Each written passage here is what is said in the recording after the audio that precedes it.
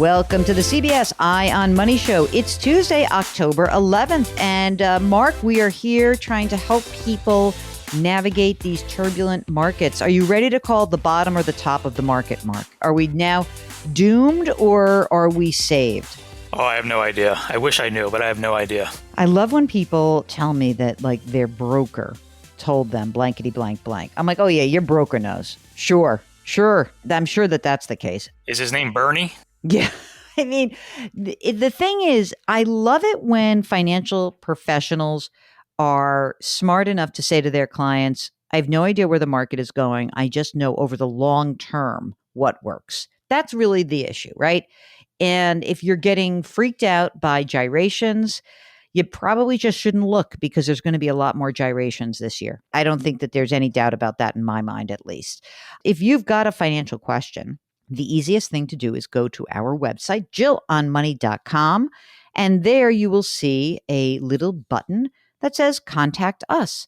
Click on that button and complete the form. If you want to join us on the air, then you just check the box off. That is what Julie and Julian did. They are a lovely couple joining us from Boston. Hello, Julie, and hello, Julian. How are you guys this morning? Well, thank you. Who's the instigator of doing this, by the way? Which one of you is the one who said, let's just do it? That was me. Thank you. I had a feeling. So, Julie, tell us what's going on. So we both work in tech, and it's pretty common for us to have a large part of our income or total compensation in stock units. Right now, I have more than 50% supposedly of my comp in stock units, but the stock itself is down about 80%. Yeah, it's tough to digest, but it's also tough to do any sort of planning. For the most part, I've been ignoring that we have this income, but that's kind of getting in the way. So wait a second, Julie, just explain to us. So your base compensation is paid in cash and then bonus in stock, or how do they distribute it to you? So we have a percentage of our total compensation, which is for me about 50 in cash, and the rest of it is in stock units that are paid out quarterly. Okay, got it. And what is the cash compensation right now? For me, it's 190. 190. Okay. Now, Julian, are you in the same situation where your compensation is both in cash and some sort of restricted units or stock? No, but it may be very soon. Why, are you switching jobs? Switching jobs or promotions will also, reallocate the distribution. Okay, so right now, what is your compensation, Julian? I'm at 160 full cash. Okay. And where do you think it's going to go? Like, what's your expectation if either you got a promotion or you left? What do you think the cash versus the stock component, what's it going to look like? It would go more to like my wife's. Well, let's look at where you are right now. Let's just pretend. Because if you got a raise or did something, you still probably are going to get some sort of base of a good number. So now tell us on your combined income, which just let's talk about cash. Forget about the stock for a second. How do you guys feel the cash flow looks based on that cash composition? It's good because that's 350 total. So right. And so that's enough for you guys in terms of like the way you've chosen to live? For now, I think if we wanted to purchase a house and we had a mortgage payment, it may not be the best. We may not be able to save as much as we do. Are you guys renting right now? Yes. What's the rent cost? Subject to change at various times. Right now we pay 26, but we're about to move and deciding what to do. Obviously, rents are rising or have been rising. What do you think you're going to have to pay going forward? It could be somewhere between 3 and 4. All right, let's say 4. Kids or no kids? We want kids. Okay. But not yet. Mark, should I be worried that Julian answered that quickly and Julie was silent? Okay. So let's talk a little bit more. How old are you guys? Early 30s. Do you guys have any debt that's outstanding? I mean, maybe school loans or something, anything like that? No debt. No debt. Okay. So now tell us a little bit about the contributions you're making to both your retirement and non-retirement accounts. Tell us what you're doing for saving and investing. We maximize our 401ks, we maximize our Roth IRA, and also we have HSAs. Once you do that, is there money left over for any other investing, like a brokerage account? Yeah, we have a brokerage. We have 190 in our brokerage. Oh, good. How are you investing that? It's mostly long-term mutual funds. Okay. Funds. You guys are managing it yourselves? We're managing it ourselves. Okay. All right. Now let's talk about these stock units. So, Julie, I know you said that the stock is down dramatically. That happens from time to time, which is why it's so good that you're not counting on that stock or RSU compensation to live your life. So already I'm very happy that you're not saying like, because my stock is down, I can't do all the things I want to do. So how much money do you have in company stock or vested RSUs right now? $20,000. Okay. So Julie, will you let's wind the clock back a year when the technology sector was flying high. What were you thinking? What was your game plan then? Because clearly, you had 100 grand probably. And what was the plan? What were you thinking about? And how did you treat this part of your compensation? At that time, I think I still treated it the same way. I thought I could cash it out for a down payment if we needed it, or cash it out and put it in a brokerage. That's what I had been doing with anything I had. I mean, there's nothing has really changed except that you may or may not want to buy a home. What is the game plan? So you're going to sign a lease and your costs will rise. I don't think it's going to really change your life. You might be able to put a little bit less money in your brokerage account, but besides that, I don't think your life's going to change. Just a last couple of questions. Just a cash or an emergency reserve for you guys. What do you have floating around? We have 6 months emergency money, and we also have about 200 in case we want a down payment. Oh, you were hiding the 200 grand, so you have that. How is that where do you have that parked? It's just in a savings account. Well, I mean, as soon as you sign a lease for whatever term it's going to be, whether it's 1 or 2 years, you could do something more with that cash, right? Just to give you a little bit more flexibility in terms of rates. I just found that there's 1-year CDs right now. Mark, I don't know if you looked at this recently. 3%. That's kind of better than what you're getting in your crapo savings, right? Yeah. That's just a 1-year CD.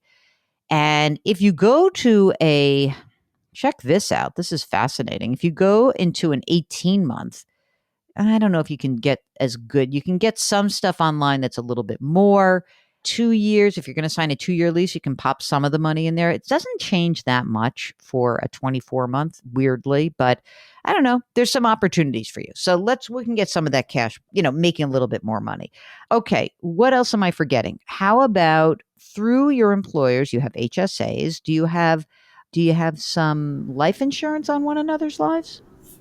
We do. We have life insurance. I think we're insured up to 300 per person. So, I mean, obviously, if you were to have kids, you'd need more, probably, but you can test that out, as you get closer to that point. What about estate documents? Just a simple will, power of attorney, healthcare proxy, got anything like that? No. What about through your employers? Do they have any estate planning assistance? Because some firms are now giving legal, like the same way they give you money towards healthcare, they'll give you legal services. Do you have anything like that? Actually, there is a very little bit. We should. You probably only need a very little bit. You literally need a will that says, they're called sweetheart wills. I leave you everything, you leave me everything. And then a simple healthcare proxy and a simple durable power of attorney. Boom, you're done. You could probably do it all online. All right. So let's get that done. All right. Now, okay, Mark, what are we going to do about this crazy compensation that Julie and Julian have to deal with? What's the suggestion here? I was just going to ask one other question. Did you get I was curious about the numbers for the retirement plans. Did we get that? No, I didn't. Thank you, Mark. What are the retirement plan numbers? So 401ks, how much is in there? Combined to 20,000. 220,000. Roth. 36,000. Okay. HSAs. 6. About 6. Okay. plus 200 in a brokerage, plus 200 in cash. It's all good. 190 in brokerage. Don't give them I round up. plus. Okay. Yeah. So they got a lot of money for their early 30s, right? What are we going to have to pay for a house? A lot. I know. Yeah. Okay, so can I give a guess of what you're looking at? Is it somewhere around 1.3? Yeah. Yes. For some, yeah. Okay. So that's good because you have the money to do it. Are you still putting money away for this for the house purchase, or is your idea that 200's fine and we'll pull from the brokerage if we need to? What's your hope on that part of it? We're gonna keep saving Mhm. to get us up to where we need to be. Where do you really want to be at 250? Yeah, 20% down. Okay. So we want 250, 260. You probably really are just so we are all on the same page. Mark, I think they have 200. I think they need 300 because I think it's not only the down payment, but there's costs, there's moving, and houses take something like furniture. You have to actually furnish it. So if we say that you want to get to 300,000, you would be there right now. Like if you found something fantastic right this second, you could pull the trigger. You'd blow out of the brokerage account, right? You wouldn't want to. I know that, but you could. So if something fell in your lap, you could do it. The thing is that you'll have to really be careful about the mortgage because you're going to have a jumbo mortgage. You're probably going to want an adjustable rate and try to drive the cost down during, the next 5 or 7 years. And then you'll have to refinance, during that period of time. Not the worst thing in the world, right? It really wouldn't be. And maybe when you refinance, by the way, maybe, just maybe, there could be a chance that the technology sector has bounced back. Maybe the stock is worth more at that time. And, you'll have different choices about what to do around your mortgage. And not that I think you should pay it down, but if that's something that would give you greater comfort, like if the stock went bananas on the upside, there's some case to be made that you take some of that and you reallocate it into brokerage. But if it really made you nuts to have a big, huge mortgage, like you're going to have $1 million mortgage, it's real, you then could potentially pay it down if you refinance in the future, but not necessarily. All right. So, Mark, how are they doing? You think they're on track?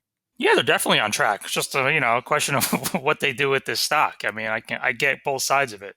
If she's kind of not even thinking about that money and it's like, yeah, it's just there, whatever, then she's probably inclined to just kind of ride it out and see if it comes back a little bit. Is that what the goal, is that sort of what you're thinking, Julie? And before this, were you selling at intervals, like at generalized intervals? I was when it was close to what the company was evaluating it at. I would sell mostly when it vested and just put everything in the brokerage. That's actually good because that I would be very much in favor of you having some sort of just a regular practice where you say, okay, this is how I handle it. So you were doing that previously. You're not doing it immediately. Although I hate market timing, I kind of agree. I mean, when the stock's down by 80%, you don't have to tell us what stock it is because, of course, 80 could also it could be zero. They could go broke, but you don't need the money. And the 20 grand, I think, I'm comfortable with you rolling the dice a little bit. That was going to be my answer. I did not expect that to be your answer. Sometimes I like to surprise you all. I did this with my girlfriend. She works for a big Wall Street bank. And when I remember during the financial crisis and the stock of the company was, practically zero. I said, well, we'll get the tax write-off if it really goes bankrupt, which is not what I suspect for you guys. Now, Julian, when you get your new gig, what do you think is going to happen? You're going to get an increase in your cash compensation, and then you'll also start getting bonused in company stock? That's right. They'll offer something like that. You feel good about that? Like, I mean, you're going to, as far as I'm concerned, you live your lives based on your cash compensation. You ignore the other. That's what I think. And then when times are normal, not like when the stock's down 80%, you do have a practice where you regularly sell it off, you pay whatever taxes due, you put that in the brokerage account, you reallocate, boom, you're done. I think that's kind of the game plan. And that's how you live your life. For anyone else listening, I do believe this is incredibly important, that your day-to-day expenses cannot be funded by bonuses or stock rewards. They just can't be. You have to live your life pretending it doesn't exist. I hope you guys can find yourselves a home. I like the game plan. You've done a great job of saving and investing. So we're on board with you. So keep doing what you're doing. Stay in touch with us. If you find a house, we can certainly help you navigate the different choices around mortgages. So definitely stay in touch, okay? Thank you. Thank you so much. This was awesome. All right. If you are like Julie and Julian, maybe your compensation is changing. Maybe you're considering a new job. Maybe you're thinking about a new house. So many things on their horizon. It's amazing. Get in touch with us. We'd love to bring you onto the program. Go to jillonmoney.com, click contact us. Right next to the contact us button is a brand new button. It is a poll. Please take our poll. It is exactly 2 questions. At least it is as we record this. And it will help us craft the next expansion of the Jill on Money universe. It really will. So check it out. Everything is at jillonmoney.com, where you can also pre-order the new book. It's called The Great Money Reset. You can follow us wherever you find your favorite podcasts, and you can also find our other program, which is called Jill on Money. Don't forget to sign up for the free weekly newsletter. It comes out every single Friday. So excellent. Mark does that, and it's fantastic. Mark, who's Mark? He is the co-host and the executive producer. We're distributed by Paramount Global, and we drop our episodes every Tuesday and Thursday. We would really love it if you could do something nice for someone else today. We'll make that person feel better, and it will make you feel better. Curiosity, compassion, community. Thank you for listening. We'll talk to you on Thursday.